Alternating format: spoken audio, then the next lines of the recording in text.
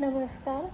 खूप दिवस मी प्रयत्न करत होते यूट्यूबला व्हिडिओ टाकायचा, पण काय व्हिडिओ टाकू मला हे कळतच नव्हतं.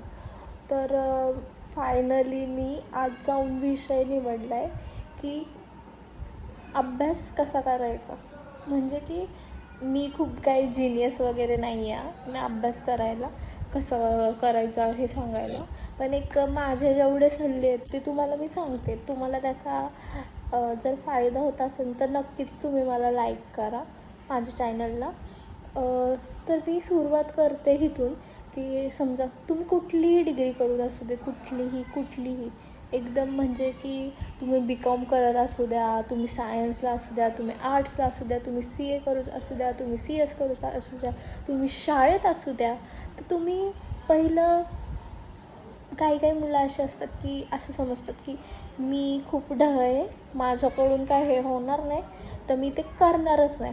तुम्ही करणार नाही तिथंच तुम्ही तुमचं ते निगेटिव्हिटी तुमच्या मनात भरते आणि तुम्ही काहीच करत नाही. मग असं बोलतो की नाही यार मला नाही येते, मी नाही करू शकत.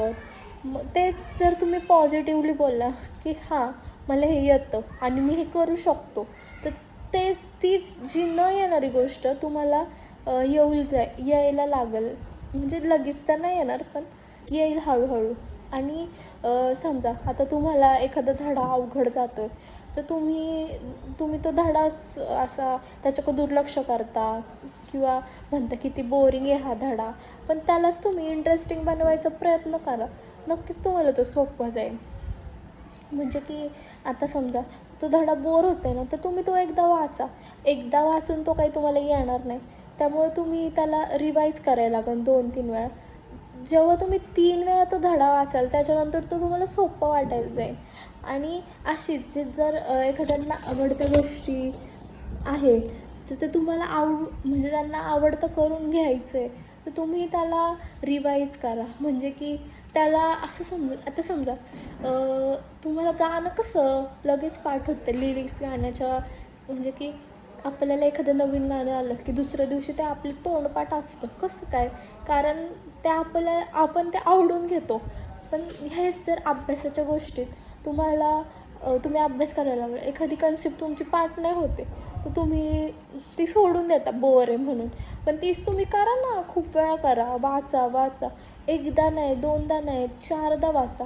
मग ती तुम्हाला हळूहळू समजायला लागेल. मग समजल्यावर तुमचं ते पाठ आपोआप होईल.